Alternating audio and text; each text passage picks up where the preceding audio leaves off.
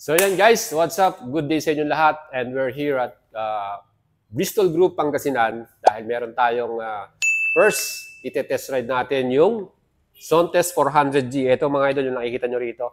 So again, sa mga idol natin na nakasubaybay sa atin, salamat sa inyong suporta. Don't forget to follow my page and subscribe sa ating channel. Yan mga idol, try na natin to. Ayan, so saglit. Meron tayong angkas.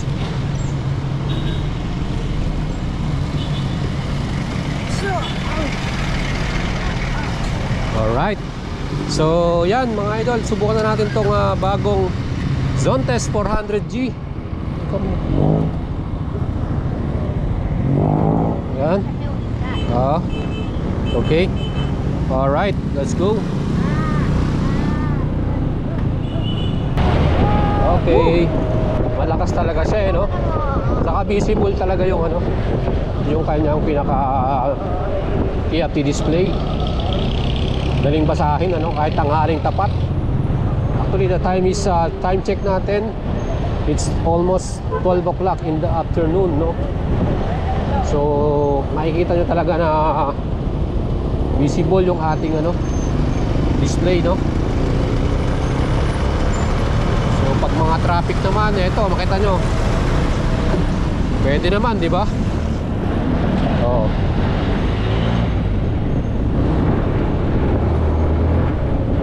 Oh, wow. Grabe, no? Ganda.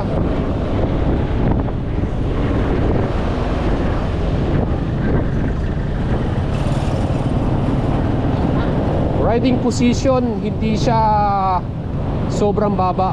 Medyo angat na yung konti yung ating kamay, no? Ayan, nakikita nyo ba? O, diba? Nakaangat yung kamay natin. Yung busina natin, sakto rin, yung malakas na rin. O, ayan, no? Pwede. Diba?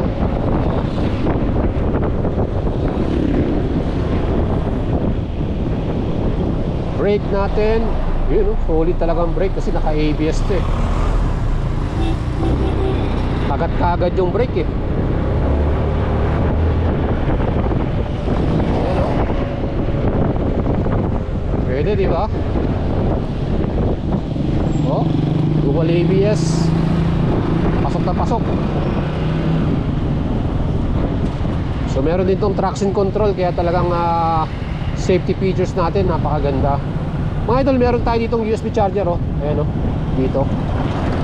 So meron tayo dyan charger. Meron tayong charger dito sa compartment, sa side front pockets natin, sa left side dito. And meron din tayong charger sa natin, sa compartment mismo.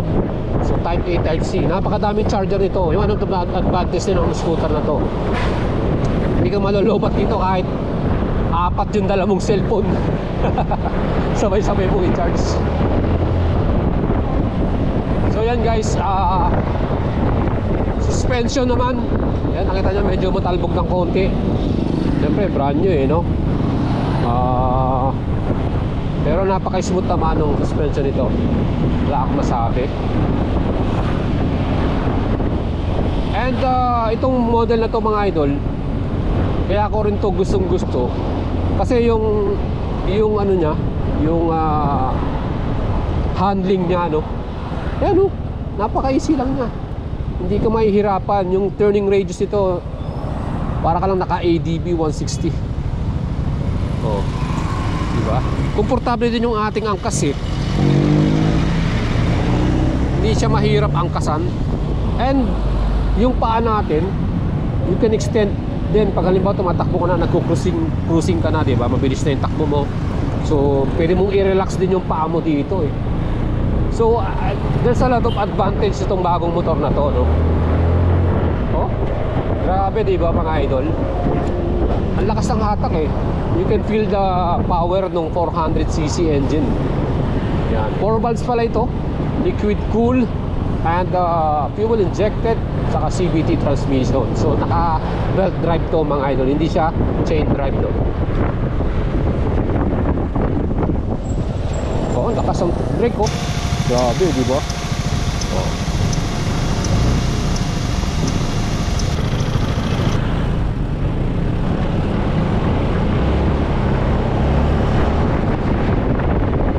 Panalo din yung brake niya eh, no?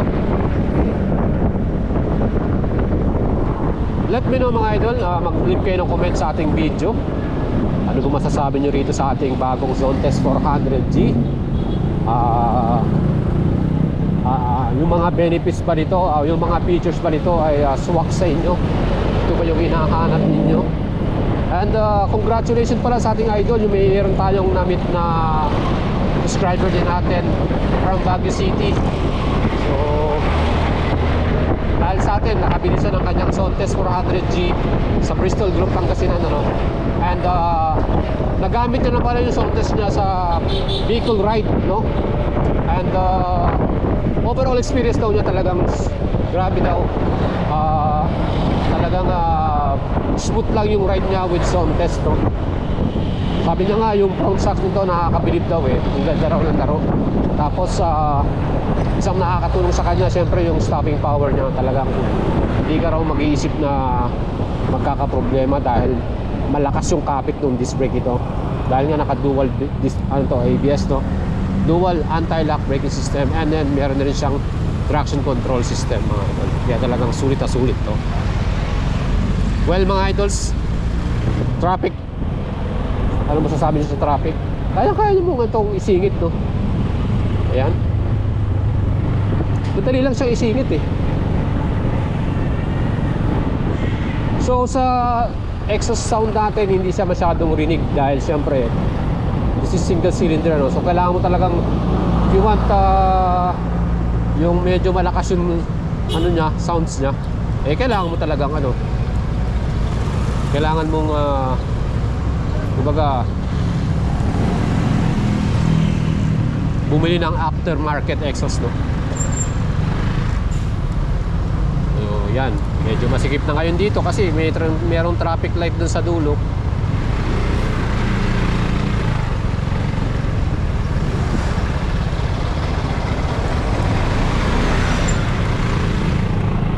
So yan, subukan lang natin na sumigit sa gitna, no?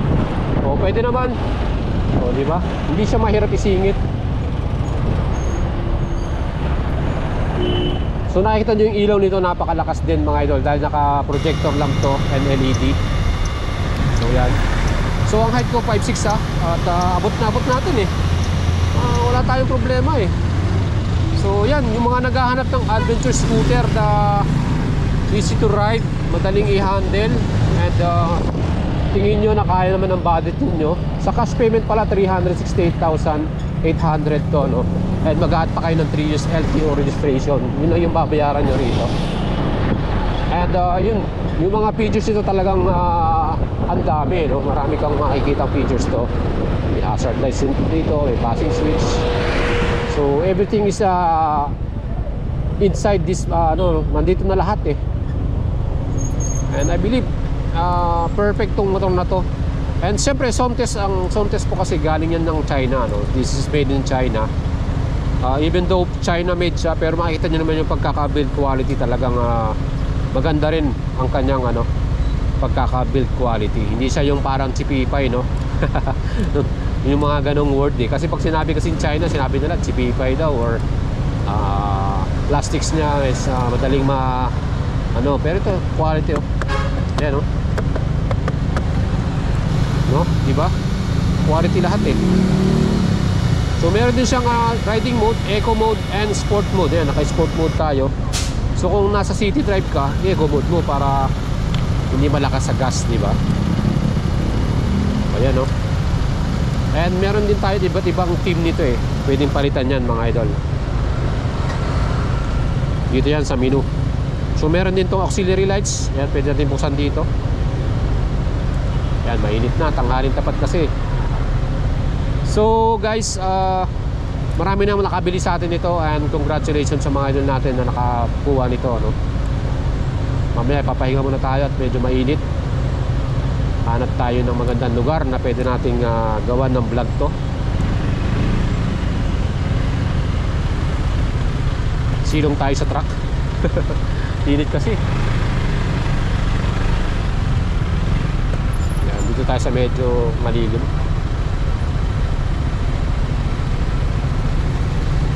Marami pala tong fuel, no? Alam ko 17 liters ang fuel nito. Talagang kahit malayo yung destination mo, pwede.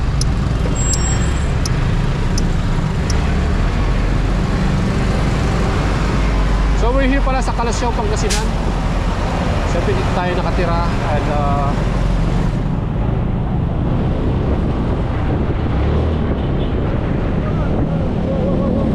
lakas eh.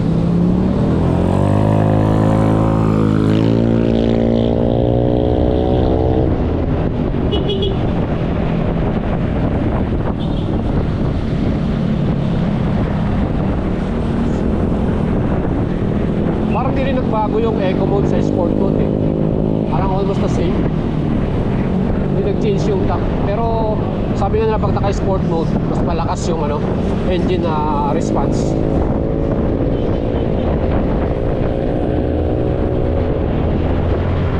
Woo! Ayos ka. Ganda rin palang gamitin ito.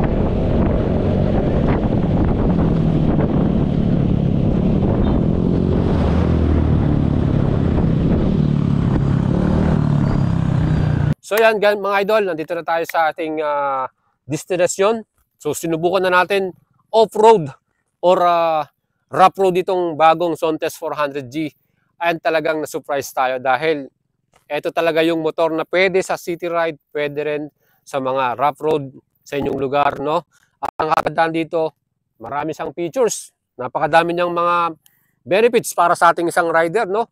Meron ka ng crash guard, MDL or auxiliary lights. Meron ka pang dashcam para sa protection mo rin pag nag-rides ka. And one more thing, yung rim spoke wheels nito, talagang quality din. Ang ganda rin ng gulong niya, no? Dual purpose tire with ABS, traction control, may riding modes ka rin, eco mode and sport mode. Kung gusto mong magwalwal, mag-sport mode ka, ganun lang yun mga idol, napakasimple. Ang presyo nito, 398,800 sa SRP. Pag bibili mo naman ng cash, meron ka pang less 30,000, 368,800. And kung bibili kayo ng cash, add lang kayo ng 3 years LTO registration. Mga 5,000 yan. Pwede na kayo makabili nito mga idol. So again, salamat po sa Bristol Group Pangasinan, kay Boss Thomas, no? Yung kanilang manager dyan, sa mga staff nila dyan, napakabait nila. Pag gusto nyo pong bumili ng mga motor from Bristol, kompleto sila dyan. And itong ating Sontes 400G, meron tayong 4 na kulay nito. Gray color, black color, white color, and green color. Yung green, limited edition, so kakunti lang yung units nun. But gray, black, and white, marami tayo niyan. Available yan mga lahat mga idol. And again, kung kayo mahilig sa isang motorsiklo, rider enthusiast ka, sakto itong ating YouTube channel. Kaya don't forget to follow and subscribe sa atin. Mga idol, samahan nyo ako. Mag-rest pa tayo dito at enjoy pa natin.